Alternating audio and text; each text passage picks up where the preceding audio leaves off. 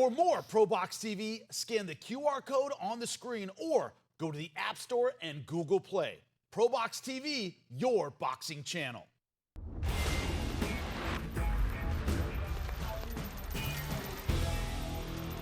Welcome into Deep Waters here on ProBox TV.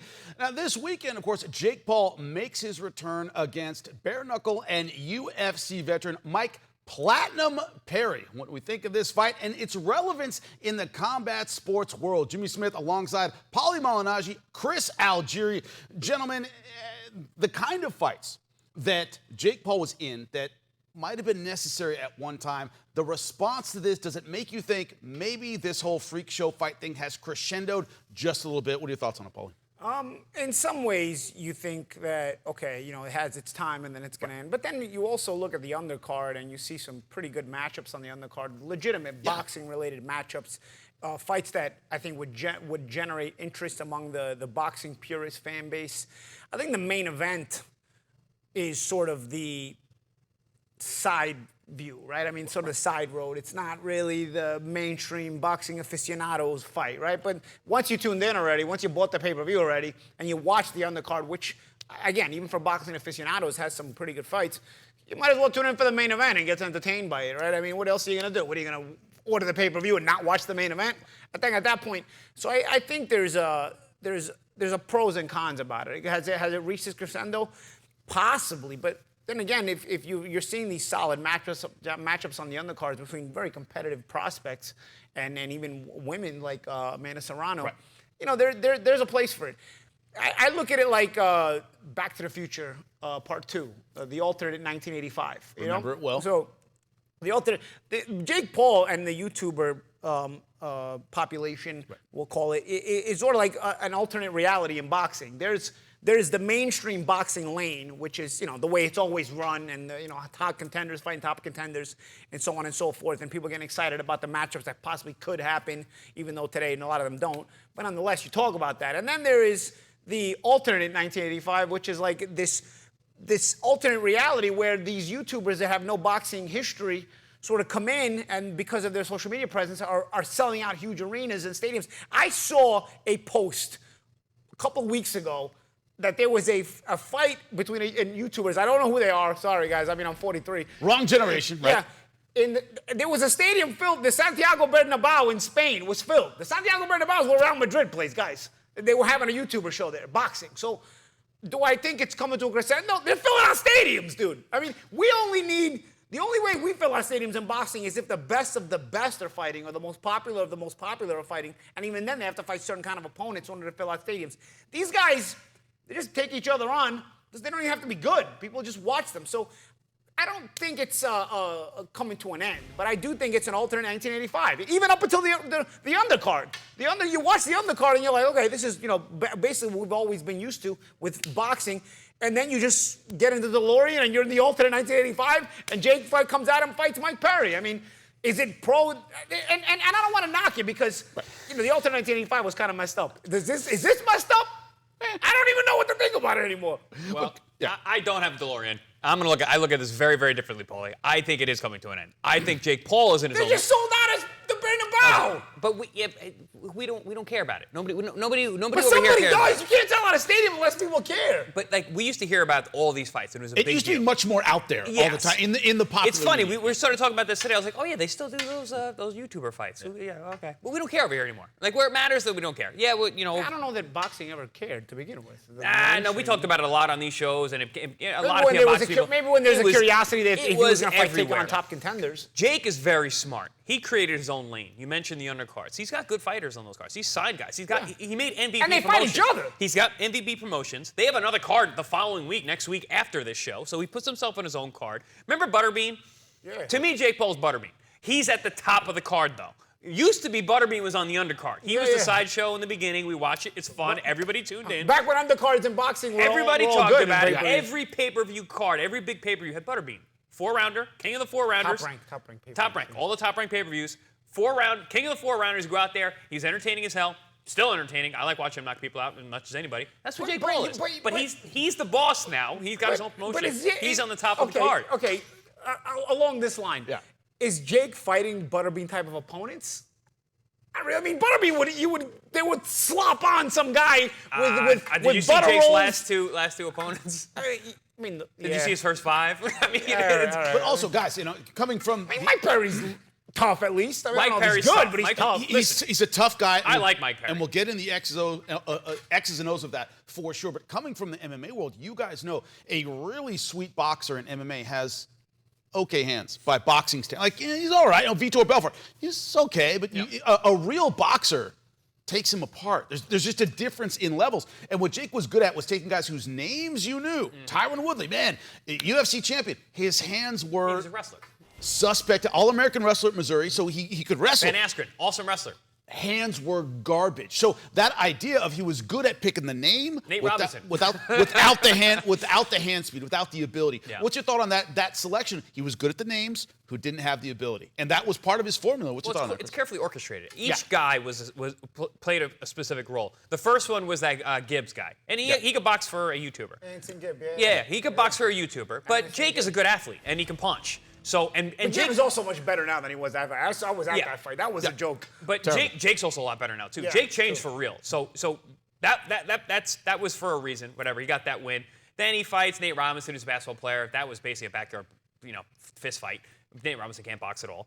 But they were just taking him because it was, again, a name. Then Ben Askren. All right, now we're going to fight a real fighter, an Olympic gold medalist. That was the storyline for that fight. Olympic gold medalist. He's a wrestler. They box. He gets knocked out 1 round.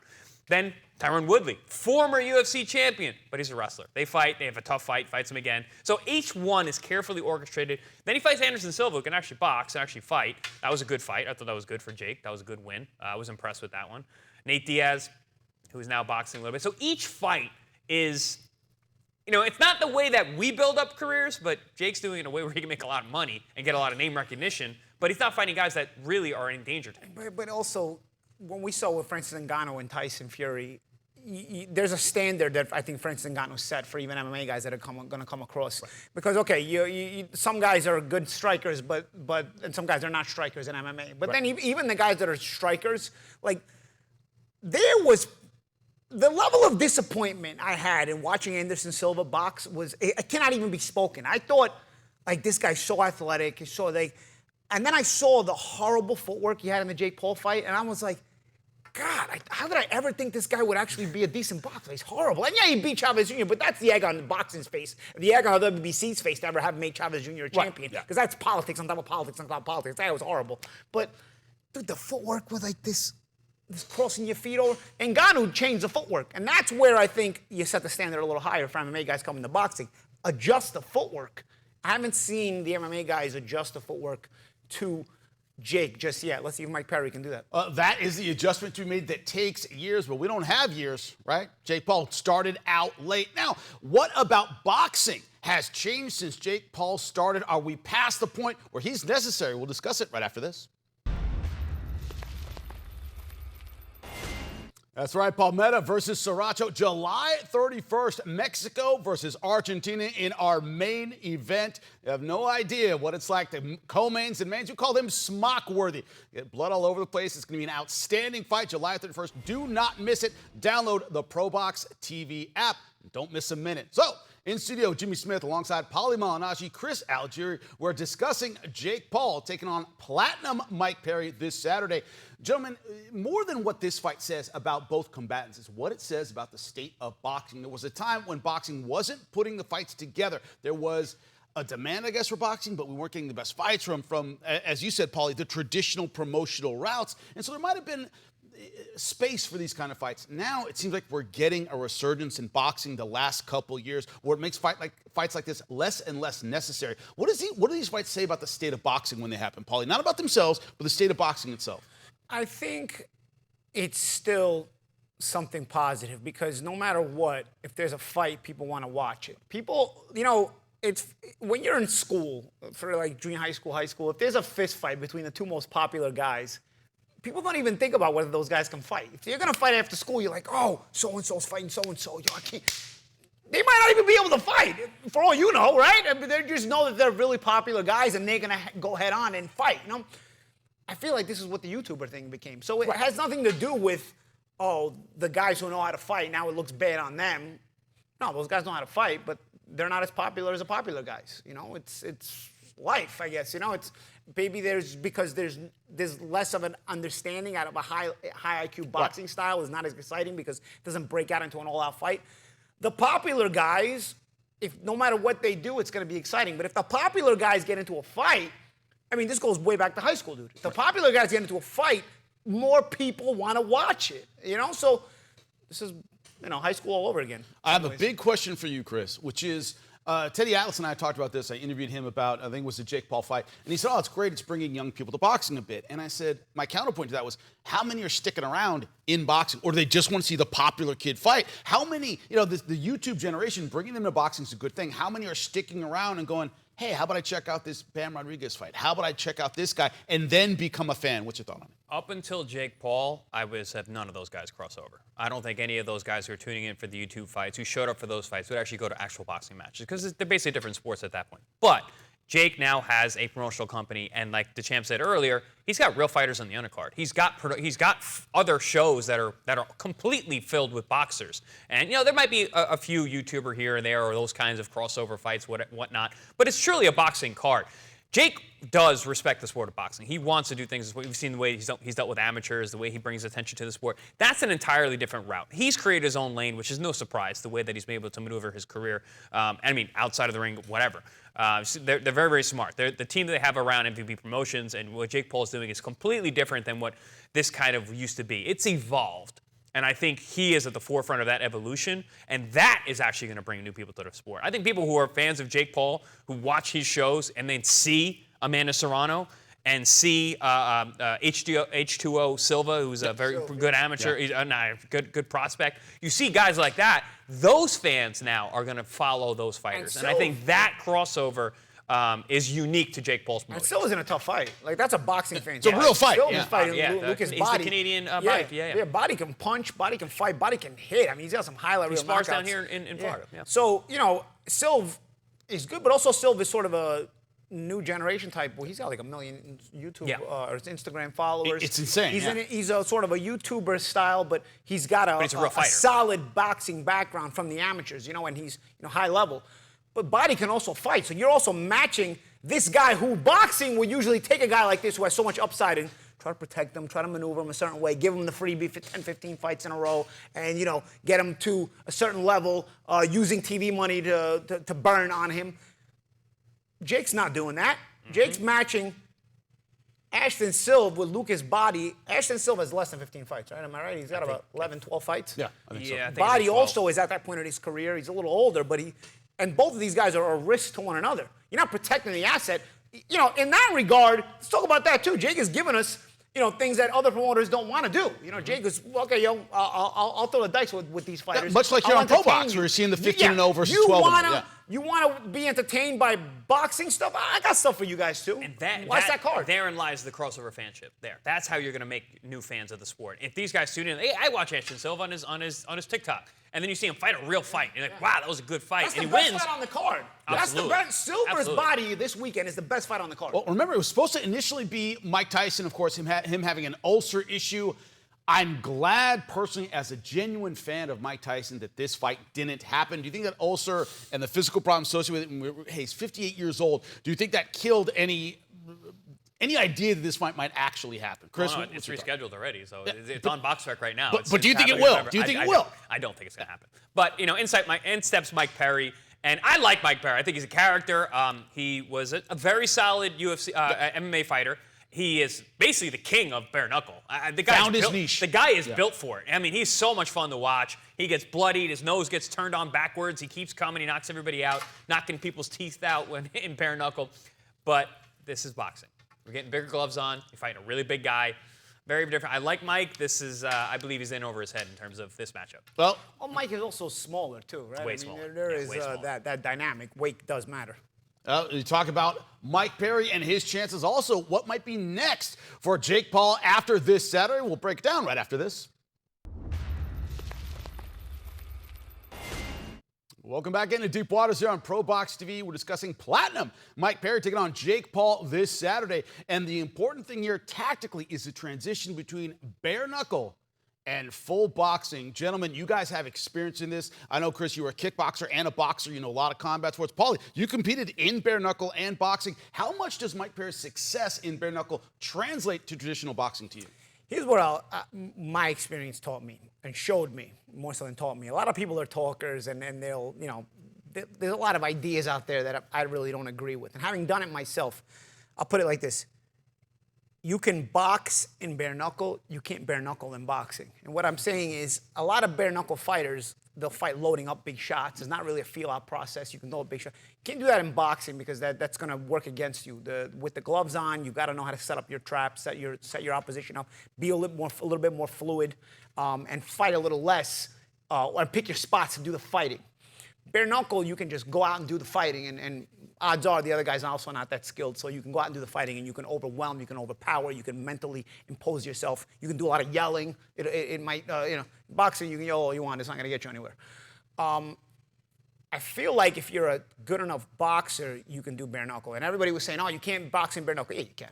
I did that. Not only did I do that, I boxed one-handed for 3 out of 5 rounds and fought at my pace in the fight, imposed my pace on that fight. Austin Trout is. And Austin Trout, I was going to go there next. Phenomenal. Austin Trout did the same thing. He's boxing in bare knuckle. You know, and again, I didn't get the decision. Everybody's going to make it. I also lost one hand, and I felt like I won the fight anyway, despite fighting one hand. But the bottom line was, even in that fight, I remembered we fought my fight. I still imposed myself, and that style of fight was my kind of fight, my boxing style. So you can box in bare knuckle. It does work. But the bare knuckle mentality in boxing doesn't work because all that crash and burns type of style, you're gonna walk into traps, you're gonna be set up, it's not gonna do well. But also those nicking shots aren't gonna do any damage. Yeah, with a glove on, if you nick a guy, you don't land clean, like you're gonna get countered immediately. Yeah. In bare knuckle, now you have a laceration on your face. Yes. Completely different. They still don't do anything, but there's a laceration on your face. It looks worse than what it is, and everybody gets hyped. You know, the judges are idiots, they fall for it, but nonetheless, you know, it still doesn't do a lot, but there's an optics to it. In boxing, there's not really an optics to it. Now, Jake is also not as skilled as certain other guys that are making pay for very that. true. No. But if you're going to impose yourself that way in bare knuckle, which is the way Mike sort of wins in bare knuckle, he's sort of imposing himself at high intensity style, your weight classes do matter. If the way you're going to fight is that way, weight classes do matter now. Now, you can't so much bully a guy who's bigger than you and within a gloved fight. And that's where I think Perry has an issue here stylistically. He's not going to be good enough to know how to box the right way, and to impose himself physically is tougher on a guy who's going to outweigh him. I have talked to Mike Perry several times, Chris. A lot of times. I interviewed him many, many times when I had my Sirius XM show. And people ask me, why is he so good at bare knuckle? I said, he doesn't care about his face. Yeah. Like there's no other way to say it. I'm not saying he's not scared. I'm not saying he doesn't hit hard and have other attributes. He doesn't care at all about his. You can break his nose. He'll flatten it out and keep going. That ability to endure, which, as you would point out, Paulie, is so important in bare knuckle. Imposes himself. And also, he's got good hands, strong hands. I don't mean good hands in terms of boxing. Strong well-built hands. So I thought you were going to bring it up, champ. But he's going to use a strong hand. The difference, like a scary movie too. the difference in the hand wrappings and the gloves. Guys can punch a lot different in a boxing match. Listen, your hand is basically taped up like a cast. Your wrist is locked into place. You're able to squeeze a really tight fist. You have something to hold on to and grab onto and squeeze a really tight fist with a boxing glove. And because of that protection of the glove, you can punch much harder. You can get your body weight behind those punches. When you are just bare knuckle, there's not as much tape on your hands. You're not using the same amount of gauze. You can't load up the same way. That's why you don't see a lot of like real clean knockouts in bare knuckle. You see wars, guys get busted up, blah, blah, blah, blah. But in boxing, you're going to be able to see those turned over punches. That really helps Jake Paul. He's a cleaner puncher. He punches straighter. He's also very strong, fast starter. So that kind of, like you were talking about. Yeah, you're so right, because now, like Jimmy was saying, Mike is a guy who doesn't care if he gets hit in the face. Yeah, well here now, in gloved boxing, that matters, dude. Yeah. You get concussions, you get massive, massive shots, because guys can load this shot up and the follow-up and the follow-up after. Bare knuckle, you can't load all those punches in a row because your hands will shatter. The two sports are so opposite in that way. In boxing, fights rarely get stopped because of lacerations, right? Yeah, pretty rare. And in bare knuckle, guys rarely get knocked unconscious. Yeah. If you got to flip the script. Boxing, way more guys get knocked unconscious. Very few guys get cut. In bare knuckle, lot less guys get knocked unconscious, but they get cut a lot. So the debate is, can Perry make that adjustment? I think mentally, he's ready for any fight. That guy is not scared, and he's tough as it gets, right? So mentally, he's ready for it. But is he qualified for it? Well, that's probably why he's the opponent, right? That's the question. We'll know on Saturday. So another question, what is Canelo's next step? And is his next step going to satisfy the hardcores we've been talking about? Right after this.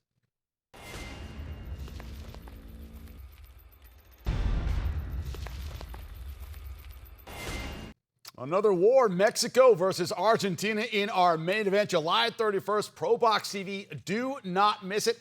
Download the app now. Well, we're in studio now. By the way, happy birthday, Canelo Alvarez, making his choice about where he wants to go next with his career. When it comes to Mexican Independence Day, we know the UFC is at the Sphere. So when you look at the options he might have, right? It looks like Edgar Berlanga, Chris Eubank Jr., those are the two options.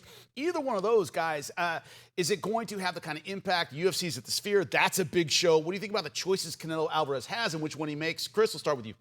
Well, in terms of Canelo versus UFC, I don't think it matters. I think it's two different fan bases. I've said this on previous shows. I don't think there's going to be hardcore Mexican fans who are going to go watch UFC if Canelo's fighting. I don't know if there's really going to be that many hardcore Mexican fans who are going to be watching UFC anyway. But in terms of boxing fans, it's pretty split. There's very few people I think out there, myself included, that are going to argue, oh, am I going to do UFC? Am I going to do no, I'm going to go UFC over boxing. I'm never going to do that. And I think a lot of boxing fans are going to be like that too. It's very different fan bases, very different fans in general for the two different sports. In terms of who he's fighting, once again, it doesn't really matter because it's Canelo, unfortunately, and that's his fans will tune in no matter what. And I think that's more to speak about the fans than anything else. But in terms of this fight and who they're fighting, neither one of the guys should be fighting. In my opinion, you should be fighting the top contenders in the weight class if you got the titles, which we all know is David Benavidez. All right, so Paulie, the next question here is the backlash going to matter and make a Benavidez fight more likely? Or, to Chris's point, is there no backlash because his fan base is so big for whatever decision he makes it? I mean, the backlash is small in comparison to his big fan base, right? Yep. So it doesn't really make a lot of dent in that regard. If the right thing were done, yeah, it should make more of a backlash. But like the champ Chris said, I mean, this guy's fans, they don't care if he fights the Uber Eats driver, they'll still tune in, So it won't matter. But I think it does matter if the fight's on the same night. I do disagree there because even Canelo, I think, doesn't believe that because he didn't come out for the main event against Kovalev until Masvidal and Nate Diaz were done. And that was a few years ago when they did do it the same night. Surreal night, because I watched both. Yeah, it was surreal. So I don't think even Canelo is as confident in that as the champ next to me is as confident in that. I think he's more confident than Canelo is in this regard. So I don't see him going the same night because if you're going to go head-to-head with such a big ticket like the UFC where they'll probably put on I don't even know the card, honestly. It's going to be good. It's a big yeah, they haven't quite. So it's a major card. It's a major card, yeah, UFC. So you go head-to-head with a major card. Here's the thing where Canelo is very popular. He's got his hardcores, which obviously generate a lot of buys. But then there's also a piece of the Canelo pay-per-view buys that are casuals, right? If you're going to fight Berlanga or Eubank, which are relatively decent opponents, but not the opponent that everybody wants to see you fight, you're going to lose all casuals to the UFC that night. Because the casuals are going to say, well, this is a half-ass fight. I'm not going to go with this fight. It's all right, but if I got this option, I'd rather buy this fight, While if it's on its own, standalone, it's a Canelo fight. So even if he's fighting a, mid-range contender, all right, I'll buy it. Not on that night, which is why I don't think he goes that night. The thought on it, of course, is what do I get for my $85, $90? So I get a whole UFC card or one fight for Canelo Alvarez. I think that's going to be the deciding factor for a lot of fight fans. But one thing fight fans should never miss, that's right, is Deep Waters, and we'll see you next time.